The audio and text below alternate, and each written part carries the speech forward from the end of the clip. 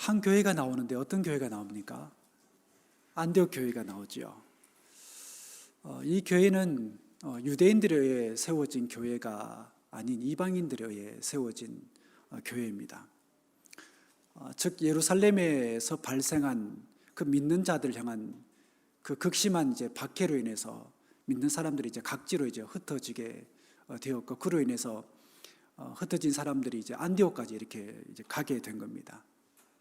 그런데 그곳에 간 사람들이 그냥 가만히 있었던 게 아니고 그곳에서 만나는 사람들에게 또 복음을 전하게 된 거죠. 그러면서 믿는 자들이 그곳에 많아지게 되었고 교회까지 세워지게 된 겁니다. 그래서 예루살렘 교회에서 어떤 결정을 내리는가 하면, 사람들이 모여있고 교회가 생기니까 뭐가 필요하겠어요? 그들을 영적으로 돌보고 목회할 사람이 필요하게 된 거죠. 그래서 누구를 보내는가 하면 바나바를 그곳에 보내서 목회를 하게 했던 것이고, 그로 인해 교회가 더 견고하게 더 외형적으로 확장되어져 가는 그런 시간들을 보내게 됩니다. 그러니까 자기 혼자 안디옥 교회를 돌볼 수가 없으니까 자신을 도와서 교회를 섬겨 나갈 사람이 필요했던 바나바는 그 당시 다소에 있던 바울에게 얘기를 해서 같이 동력하는 그런 시간들을 보내게 됩니다. 그런데 얼마 있지 않아서 이 교회가 이 바울과 바나바를 해외 선교사로 파송을 하게 됩니다. 이래서 기독교 역사상 처음으로 선교라는 걸 하게 된 거죠. 자, 그렇다면 유대교는 여러분 어땠을까요? 유대교도 선교라는 걸 했을까요? 하지 않았습니다. 지금까지는 유대교는 선교하는 종교가 아니었습니다. 그래서 이방인들이 유대교로 들어오고자 할 때는 언제든지 받아주긴 했지만 찾아가는 그런 종교는 아니었다라는 겁니다.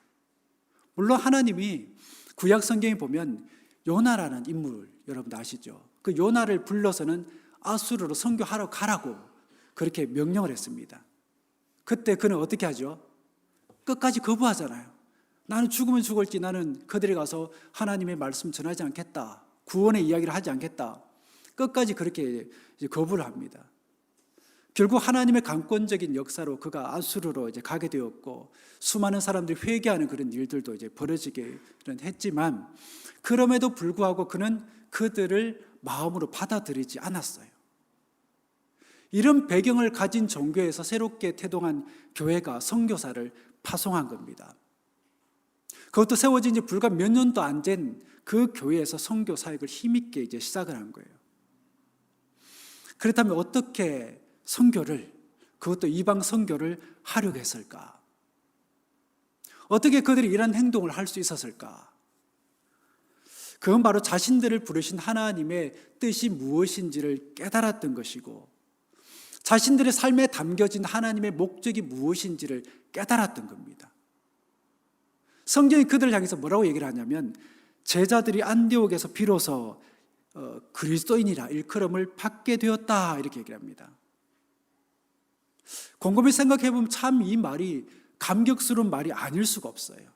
비로소 그들이 주님을 알게 되었고, 비로소 그들이 주님이 가신 그 길을 따라 걷기 시작했으며, 비로소 그들이 주님의 사명을 위해서 헌신하는 사람들이 되었다, 그 이야기를 하고 있는 겁니다.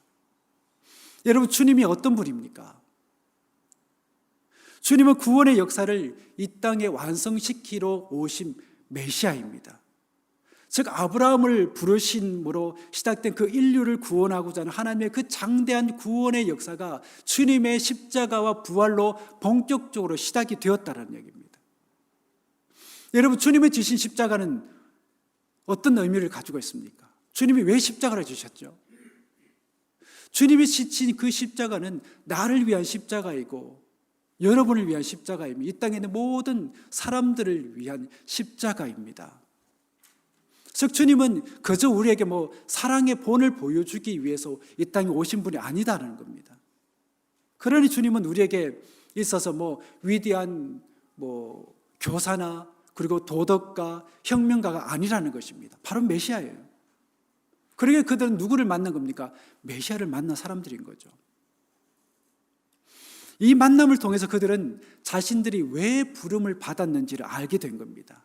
즉 주님의 복음을 전파하기 위해, 그 복음을 땅끝까지 전파하기 위해서 부름을 받았다라는 사실을 주님과의 만남을 통해서, 그 이야기를 통해서 그들이 깨닫게 되는 겁니다. 이게 바로 여러분들 교회에게 주어진 사명이자 목적이라는 것입니다. 그러기에 교회는 가장 먼저 무엇에 대한 고백이 있어야 되느냐? 주님은 그리스도이십니다 하는 고백이 있어야 되고, 나와 똑같은 고백을 다른 사람들 할 수 있도록 복음을 전하는 공동체라는 것입니다. 물론 모여서 오늘 우리가 지금 하고 있는 것처럼 예배를 드리기도 하고 교육도 하고 또 친교도 할 뿐만 아니라 땅끝까지 가서 선교하는 공동체라는 겁니다. 그러기에 우리에 주어진 이 사명이 우리는 언제나 늘 마음 가운데 담고 이 일에 우리가 헌신을 해야 되는 것이죠. 한국 여러분들 기독교에 그 초대 선교사들이 참 많은데, 그 중에 사무엘 오스틴 마펫이라는 선교사가 있는데, 그분의 이제 아들인 사무엘 H 이제 마펫이 이렇게 얘기를 합니다.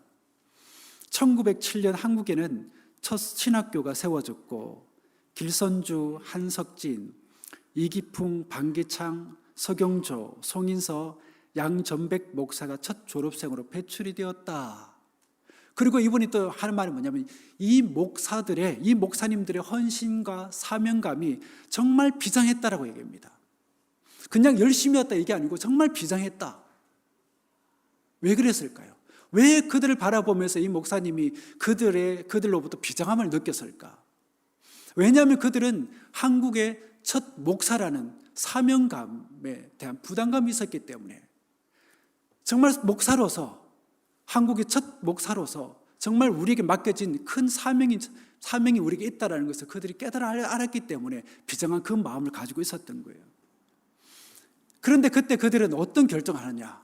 그런 비장함이 그들로 하여금 그런 결정을 했다라고 생각이 드는데, 우리 중 한 사람을 선교사로 보내자라는 결정을 하게 됩니다. 그래서 그들 중에서 누구를 뽑아서 선교사로 보냈을까요? 이기풍 목사님을 선교사로 뽑습니다. 어디로 보냈는가 하면 제주도로 보내요. 그 당시 여러분들 제주도라는 것은 정말 육지와는 정말 다른 이질적인 그런 곳으로 여겨지던 장소였거든요. 그런 곳에 아직 부족한 것이 많고 또 경험도 미천한 사람을, 게다가 생활 보장도 전혀 되어 있지 않았던 그 장소로 이제 선교사로 보내게 되는 겁니다. 마페 선교사님의 말을 들어보면 이기풍 목사님이 주님을 받아들이기 전에, 주님을 믿기 전에 아주 그냥 그 평양에서 아주 유명한 그런 깡패였다고 합니다. 그래서 이 목사님께 어느 날 마페 목사님이 돌에 맞아가지고 병원에 실려가는 그런 일들도 있었다고 합니다. 조금 전에 말씀드린 것처럼 그 당시 제주도는 어떤 곳이냐? 다른 나라와도 같은 곳이었어요. 여러분, 이 제주도가 과거에 어떤 나라로 불렸죠? 네, 탐나국이라 불리기도 했고, 말도 육지와는 굉장히 달랐습니다. 지금도 옛날 그 제주도 사투리를 그대로 고수하고 계시고 간직하고 있는 분들하고 대화를 해보면 전혀 못 알아들어요. 무슨 말인지 못 알아듣습니다. 그 정도로, 그러니까 옛날에는 얼마나 그 정도가 심했겠습니까? 그런 곳에 이 목사님이 선교사로 파송을 받았을 때 시대는 어떤 시대였느냐면, 대원군이 이제 천주교 신자들 무자비하게 처형을 하고 난 후에 얼마 있지 않은 그런 시기였거든요. 그렇기 때문에 기독교에 대한 반감이 굉장히 심했던 그런 시절이었습니다. 그리고 목사님이 제주도에 선교하러 갔을 때만 해도 이 제주도는 온통이 바닷가이고 섬이기 때문에 뭐가 가득했는가 하면 우상 숭배가 정말 가득한 곳이었어요. 그리고 가정마다 뱀을 섬기는 그런 우상도 있었고, 그렇기 때문에 가는 곳마다 당했던 그런 배척과 그런 풍토병들을 이겨내면서 제주도에서 이제 복음을 전할 수밖에 없었고, 그로 인해서 이제 교회가 이제 세워지게 된 겁니다. 이처럼 여러분, 한국 교회는 어떤 교회냐? 어떤 씨앗이 있는 교회냐? 처음부터 선교로 출발한 그런 교회, 그런 열정이 있는 교회이다라는 겁니다. 이게 바로 선교가 차지하고 있는 교회의 어떤 위치라고 할 수가 있는 거죠. 물론 교회가 모든 것을 다 그만두고 선교만 하라는 것도 아닙니다. 그리고 교육도 또 친교가 필요 없다는 그런 말도 아니고, 또 선교가 예배보다 더 중요하다는 그런 말도 아닙니다. 당연히 교회이기 때문에 예배도 드려야 되고 필요한 교육도 해야 되고 또 성도들 간에 그런 교제도 해야 되지요. 여러분 야구를 아십니까? 야구 좋아하시는 분도 계실 텐데 야구 경기를 보면 선수가 안타를 치면 어떻게 합니까? 홈으로 들어오기 위해서 열심히 달려가잖아요. 열심히 달려갑니다. 그러니까 홈으로 들어오기 위해서는 1루를 거쳐야 되고 2루를 거쳐야 되고 3루를 거쳐야 그 다음에 홈으로 들어올 수가 있거든요. 즉 안타를 친 선수의 분명한 목표는 뭐냐? 바로 홈으로 들어오는 겁니다. 그게 선수의 목표예요.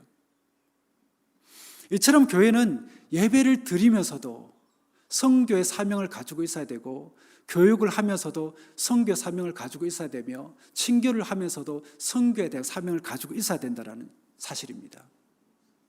여러분들 구약에 나오는 시편을 여러분 참 좋아하실 텐데 시편 67편에 보면 놀라운 장면이 나옵니다. 이 시는 이스라엘 백성들이 추수감사절 때 부르는 노래입니다. 즉 한 해 동안 수고하고 또 애써서 지은 농사를 추수한 후에 그들은 감사와 함께 정말 깊은 소망을 담아서 하나님의 축복을 바라는 그런 기도를 드린 거예요. 그 기도 중에 이런 내용이 있습니다. 민족들이 주를 찬송하게 하시고 모든 민족들이 주를 찬송하게 하소서라는 내용이 반복되어져 나옵니다. 어떻게 추수감사절 때 이런 내용이 나올 수 있을까? 그런 내용을 하나님께 노래를 할 수 있을까? 물론 여러분들 다른 종교에서도 한 해 동안 수고해서 얻은 그 곡식 가지고 추수한 후에 자신들이 섬기는 그 신에게 감사하고 또 헌신하는 것은 얼마든지 있을 수 있습니다. 하지만 여러분들 어떻게 이스라엘 민족이 이방 민족을 생각하면서 그들도 하나님을 찬송할 수 있으면 좋겠다라는 그런 기도를 드릴 수 있었을까? 그리고 그들은 자신들에게 주어진 그 복을 우리들만의 것이 아니고 이방인들에게도 전달이 되어야 하는, 즉 자신들은 하나님의 복을 전달하는 도구이다라는 사실을 그렇게 여러분들 고백할 수 있었을까요? 그리고 성경은 이렇게 노래합니다. 우리에게 은혜를 베푸사 복을 주시고 그의 얼굴빛을 우리에게 비추사 주의 도를 땅 위에 주의 구원을 모든 나라에게 알리소서 이렇게 얘기를 합니다. 즉 자신들은 뭐냐? 주의 도를 땅 위에 알리는, 주의 구원을 모든 나라에 알리는 도구다라고 그렇게 얘기를 하고 있는 겁니다. 특히 여러분들 이스라엘을 한번 생각해 보십시오. 이스라엘은 정말 많은 나라들, 특히 그 주변에 얼마나 강대국들이 많이 이렇게 일어났습니까? 정말 이 나라는 작은 나라에, 다른 주변에 있는 나라에 비하면 정말 작은 나라인데 어떻게 그들이 이런 기도를 드릴 수 있었을까? 더구나 이스라엘과 주변 나라들의 그 관계를 생각해 보면 그 관계가 정말 결코 좋지 못했거든요. 늘 서로 싸우고 정말 어르렁거리고 피 튀기게 싸우는 그런 관계였습니다. 결코 좋은 관계가 아니었습니다. 즉 이스라엘은 주변 나라들로부터 늘 어려움과 그런 고통을 겪는 그런 역사를 써내려갈 수밖에 없었어요. 이스라엘은 세 대륙이 그런 맞닿는 그런 곳에 위치하고 있기 때문에 큰 나라가 주변에서 일어나면 늘 그들로부터 공격을 받았고 또 그들이 다른 나라로 진출하기 위해서 발판이 되는 그런 나라였습니다. 그렇기 때문에 그들의 국토가 얼마나 유린을 당하고 얼마나 많은 사람들이 피를 흘릴 수밖에 없었는지 우리는 잘 알고 있어요. 그래서 지구상에서 정말 그들만큼 그들이 사는 땅에서 피를 흘린 그런 역사가 있는 나라가 또 어디 있을까라는 생각을 해보게 된다는 것입니다. 그런데 그런 그들이 어떻게 이런 찬송을 부를 수 있었을까요? 더 놀라운 것은 이런 찬송이 어떤 의무감이나 형식적으로 행한 듯한 그런 느낌이 조금 더 들지 않는다는 것입니다. 주를 찬송하게 하시며 모든 민족이 주를 찬송하게 하소서라는 내용을 반복하고 또 반복합니다. 즉 개인적인 감정과 국가적인 감정을 넘어선 진심이 배어있는 그런 노래, 그런 고백이었다라는 사실입니다.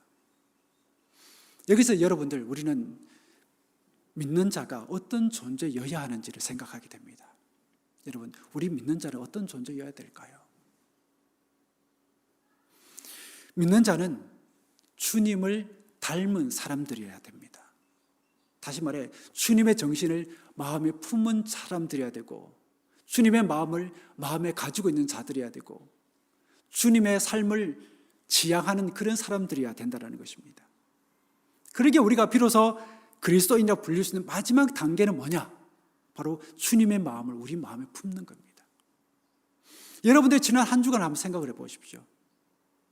주님께서 우리에게 허락해 주신 그 한 주간의 삶을 어떤 모습을 가지고 사셨는지, 어떤 마음을 가지고 내가 만나는 사람들을 대하고 그들과 교제를 하고 그들에게 말을 건네고 그들을 위로하고 그들을 격려하고 그들 속에 있는 그 생명을 내가 좀 더 풍성하게 했는지를 한번 돌이켜 보시길 바랍니다. 그렇게 봤을 때 여러분들 우리 마음 가운데 품어야 될 마음은 어떤 마음일까요? 주님이 이 땅 가운데 우리 주변에 그리고 나를 바라보실 때에 어떤 마음으로 바라보셨는지 한번 생각을 해보십시오. 바로 이 땅에 있는 모든 생명이 바로 하나님의 생명이라는 것을 아는 마음입니다. 아는 마음. 그리고 우리 믿음이 깊어진다는 게 여러분들 무엇을 뜻하는 걸까요? 믿음이 깊어진다는 것은 누구를 대하든 어떤 마음으로 대하는 겁니까?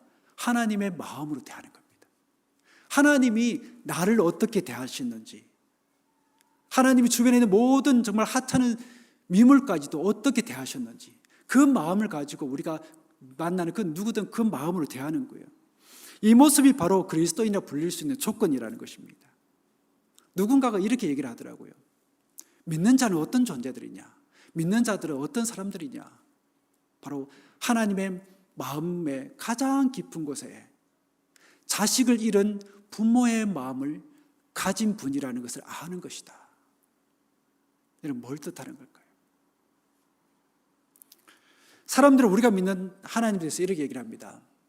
기독교에서 말하는 하나님은 말씀으로 만물을 창조하신 창조주 하나님이시고 또 역사를 주관하시는 권세 하나님이시며 세상을 심판하시는 능력의 하나님이다라고 그렇게 얘기를 합니다. 물론 그렇죠. 그 말도 맞습니다. 하지만 우리가 믿는 하나님께는 조금 전에 말씀드린 것처럼 그 마음 가운데 뭐를 간직하고 계신 하나님이냐면 남이 모르는 깊은 눈물을 가지고 계신 분이다라는 것입니다. 자식을 잃은 눈물, 그 자식을 찾지 못해서 안타까워하는 눈물, 그 마음과 그 눈물을 가지고 계신 분이 바로 우리가 믿는 하나님이라는 것입니다. 즉 자식을 잃은 사람은 아무리 겉으로 볼 때에 즐겁게 일을 하고 또 신이 나 보인다 하더라도 어떻게 그 눈물을 지울 수가 있겠습니까? 하나님이 친히 사람의 몸을 입고 이 땅에 오신 것도 바로 그 때문인 거예요. 즉 잃어버린 자식을 찾기 위해 이 땅에 오셨다라는 것입니다. 이 마음이 바로 하나님의 마음이고 그 마음을 아는 것이 바로 우리 그리스도인이다라는 것입니다. 그런 마음을 가지고 하나님이 이 땅에 오셨기 때문에 사람들이 찾아오기만을 그냥 가만히 앉아 있을 수가 없었던 거예요. 어떻게 자식을 잃은 부모가 집안에서 편안하게 앉아 있을 수가 있겠습니까? 우리가 자녀와 연락해야겠다라는 생각을 하고는 자녀에게 전화를 했는데 전화를 받지 않으면 여러분들 마음이 어떻습니까? 걱정되고 염려가 되죠. 왜 전화를 안 받는지, 어디서 뭘 하는지 그런 걱정을 하는 게 바로 부모의 마음이라는 것입니다.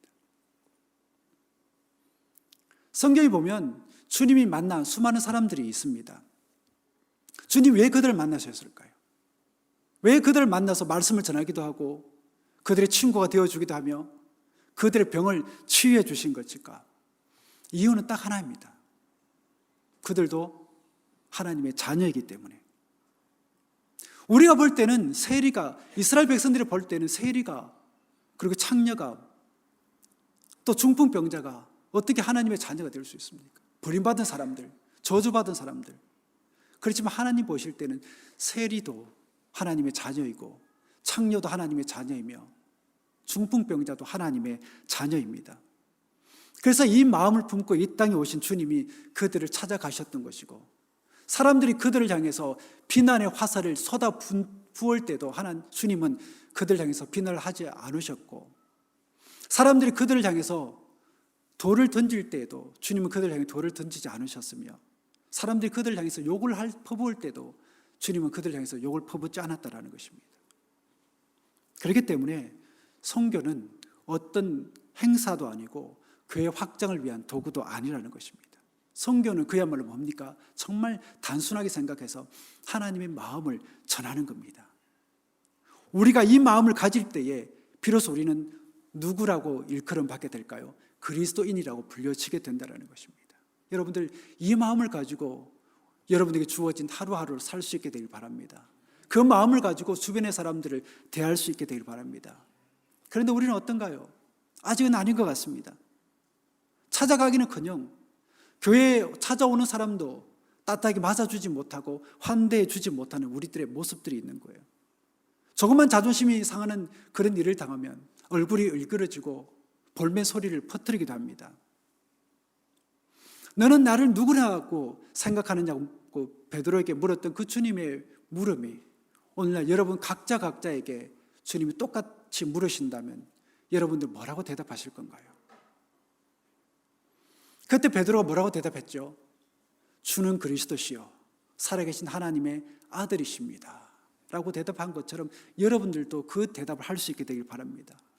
우리가 진정으로 주님은 그리스도이십니다 라고 고백하고 우리가 진정으로 예수님처럼 하나님의 마음을 우리가 품게 되었을 때에 우리는 그리스도인이라고 그렇게 불림을 받게 될 것입니다. 그리고 여러분들 믿는 자로서 여러분의 삶에 가장 먼저 예배의 목적을 한번 담아보시기 바랍니다. 즉 하나님을 기뻐하고 우리의 입술과 삶을 통해서 하나님을 높이 드러내는 그런 삶을 살아가십시오. 그러면 여러분은 그리스도인이라 일컬음을 받게 되실 겁니다. 그리고 믿는 자, 여러분 주변에 있는 믿는 자를 돌보고 또 사랑하심으로 여러분의 삶에 아름다운 믿는 자의 모습을 한번 담아 보시기 바랍니다. 그러면 여러분은 그리스도인이라는 그런 불리움을 받게 되실 것입니다. 나아가 그리스도인으로서 여러분의 삶에 그리스도를 담고자 하는 소망을 한번 담아 보십시오. 그러면 날마다 시냇가에 심어진 나무처럼 우리는 자라나게 되실 것이고 또 그리스도를 닮아가게 될 것입니다. 그런 여러분을 보는 사람들은 여러분을 향해서 그리스도인이다라고 그렇게 불러줄 것입니다. 마지막으로 그리스도인으로서 하나님의 마음을 가져보시기 바랍니다. 그리고 그 마음을 전하고 그 마음을 나타내 보시기 바랍니다. 그렇게 여러분의 삶과 일터가 복음의 도구가 되게 한번 해보십시오. 그러면 여러분이 그리스도인이라는 일컬음을 받게 되실 것입니다.